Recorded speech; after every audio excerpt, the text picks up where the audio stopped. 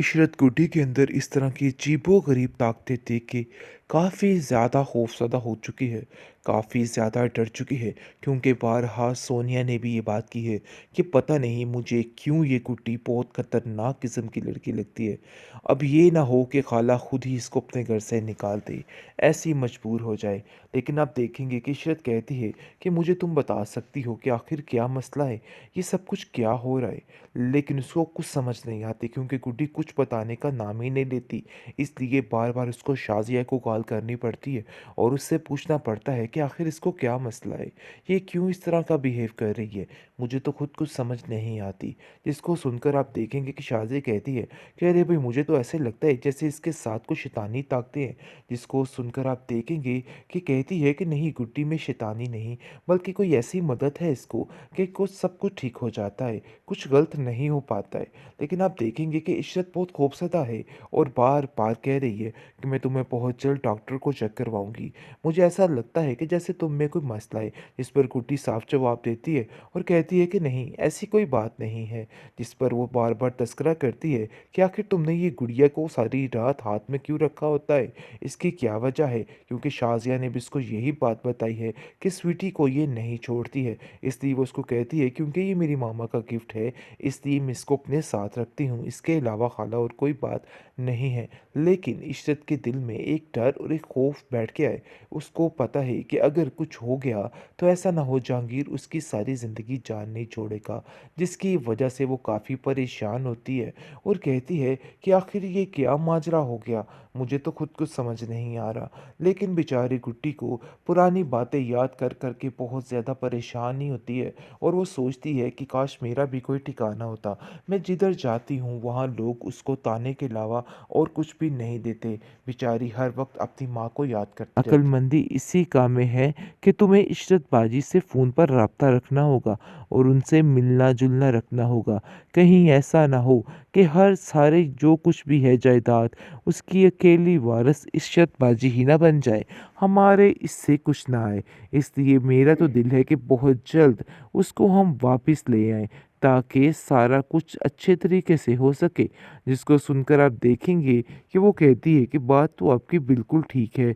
मैं भी यही सोच रही थी कि हमें ये काम बहुत जल्दी करना होगा, क्योंकि अब वक्त बहुत कम है और हमें अब उसके साथ बातचीत रखनी होगी। इसलिए वो बार-बार कॉल करती है और इशरत भी काफ़ी हैरान होती है कि आखिर शाज़िया इतनी ज़्यादा मुझसे अटैच कैसे हो रही है। हालाँकि जहांगीर ने तो उसके शोहर के साथ बहुत ही बुरा किया है, लेकिन फिर भी इतने मीठे अंदाज़ से बात करना बहुत ही मुश्किल काम है। तो आखिर ये मुश्किल काम कैसे सरअंजाम दे देती है। लेकिन आप देखेंगे जी, बहुत ज़्यादा परेशान हो चुका है औरंगज़ेब, क्योंकि वो जान चुका है कि उसका अब कोई भी हल नहीं है और कुछ ना कुछ तो ऐसा होगा जिसकी वजह से तमाशे लगेंगे। आए दिन कोई ना कोई ऐसी खबर आ जाती है जिसकी वजह से शाज़िया दंग होकर रह जाती है, क्योंकि शाज़िया की ज़िंदगी में सुकून नामी चीज़ ख़त्म हो चुकी है। उसने जो कुछ किया था बेचारी गुड्डी के लिए, वो आज सब कुछ उसके सामने खुद ही आ रहा है। इस बात को लेके वो काफ़ी ज़्यादा हैरान और परेशान है कि आखिर उसके साथ क्या हो गया? आखिर कब तक वो ऐसे ही रहेगी? कभी तो वो सोचती है कि गुड्डी को इस घर में वापस लाया जाए और कभी वो सोचती है कि बस थोड़ा और इंतज़ार कर लिया जाए, क्योंकि वो भी समझ नहीं पा रही है कि आखिर उसको क्या करना चाहिए और क्या नहीं करना चाहिए। गुड्डी मैडम ने अपने जलवे यहाँ भी बिखेरने शुरू कर दिए हैं। जैसे ही वो अपनी खाला जान के घर आती है तो घर का माहौल उसको बहुत ही मज़े का और पुरसुकून लगता है। उसे ऐसा लगता है कि जैसे वो अपनी माँ के पास आ गई है और वो खुशी खुशी हर काम करने को तैयार हो जाती है। वो अपनी खाला से कहती है कि खाला जान, आप परेशान मत हो, ये सारा काम करना मेरे दाएं हाथ का काम है। जिस पर खाला उसकी हैरान होती है और मुस्कुराने लग जाती है। कहती है कि किस किस्म की बातें कर रही हो? देखो, ये काम तुम्हारे बस की बात नहीं है। आगे से वो कहती है, देख लीजिएगा, मैं ये काम चुटकियों में करके दिखाऊँगी। वो सारा घर, हर चीज़ मिनटों में साफ़ कर देती है अपनी उस ताकत की वजह से, जिसकी वजह से उसकी खाला काफ़ी हैरान होती है और कहती है कि आखिर गुड्डी, ये सब कुछ कैसे हुआ? मुझे तो हैरत हो रही है। आखिर कोई ऐसे भी कर सकता है? क्योंकि जबकि वो इस घर में आई है, काफ़ी चौंका देने वाली बातें करती है, जिसकी वजह से बहुत ज़्यादा हैरान हो चुकी है इशरत और सोचती है कि आखिर क्या वजह है? मुझे खुद को समझ नहीं आ रही है। जिस पर आप देखेंगे कि वो सोचती है कि इसको किसी डॉक्टर को चेक करवाया जाए, लेकिन उससे पहले वो इस बारे में शाज़िया से बात करती है और शाज़िया को कहती है कि मुझे ऐसा लगता है कि जैसे कोई ना कोई मसला ज़रूर है। शाज़िया जो है वो कहती है कि मैं खुद इस बात पर हक्की-बक्की रह जाती थी और काफ़ी ज़्यादा परेशान भी होती थी कि ऐसा ही है, आप बिल्कुल ठीक कह रही हैं। इससे कुछ इस तरह की बातें करती है कि बंदा खौफ ही खा जाता है। मैं तो सही बताऊँ कि इससे डर चुकी थी और बहुत ज़्यादा खौफ आता था मुझे इसकी बातों से। जिस पर इशरत कहती है कि नहीं, डरने वाली कौन-सी बात है, पता नहीं क्यों ये बच्ची सहमी-सहमी सी रहती है।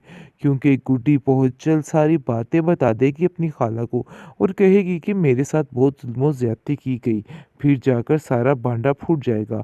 दूसरी तरफ औरंगज़ेब चालाकी की हदें पार कर रहे और कहता है कि देखो शाज़िया, अक्लमंदी इसी काम में है कि तुम्हें इशरत बाजी से फ़ोन पर राब्ता रखना होगा और उनसे मिलना-जुलना रखना होगा।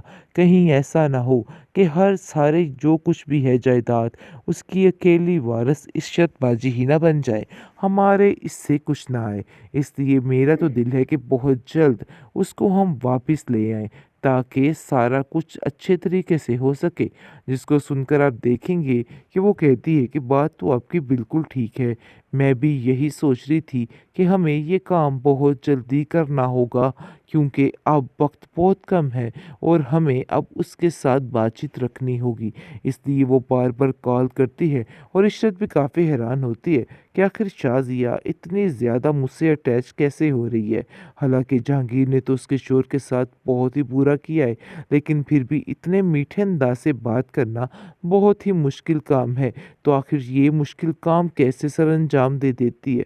लेकिन आप देखेंगे जी, बहुत ज़्यादा परेशान हो चुका है औरंगज़ेब, क्योंकि वो जान चुका है कि उसका अब कोई भी हल नहीं है और कुछ ना कुछ तो ऐसा होगा जिसकी वजह से तमाशे लगेंगे। आए दिन कोई ना कोई ऐसी खबर आ जाती है जिसकी वजह से शाज़िया दंग होके रह जाती है, क्योंकि शाज़िया की ज़िंदगी में सुकून नामी चीज़ ख़त्म हो चुकी है। उसने जो कुछ किया था बेचारी गुड्डी के लिए, वो आज सब कुछ उसके सामने खुद ही आ रहा है। इस बात को लेके वो काफ़ी ज़्यादा हैरान और परेशान है कि आखिर उसके साथ क्या हो गया? आखिर कब तक वो ऐसे ही रहेगी? कभी तो वो सोचती है कि गुड्डी को इस घर में वापस लाया जाए और कभी वो सोचती है कि बस थोड़ा और इंतज़ार कर लिया जाए, क्योंकि वो भी समझ नहीं पा रही है कि आखिर उसको क्या करना चाहिए और क्या नहीं